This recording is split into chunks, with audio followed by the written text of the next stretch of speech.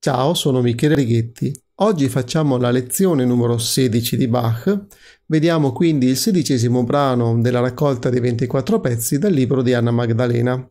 È un minuetto in tonalità di La minore. È una tonalità abbastanza semplice, non ci sono alterazioni in chiave, nessun diesis e nessun bemolle quindi. Ma questo non deve farci abbassare la guardia, poiché questo minuetto ha la particolarità di iniziare con un canone, ovvero la mano destra e la mano sinistra fanno la medesima identica cosa per un certo periodo di tempo, ma in momenti diversi. Bene, adesso andiamo a suonare, prima a mani separate e poi a mani unite, come sempre.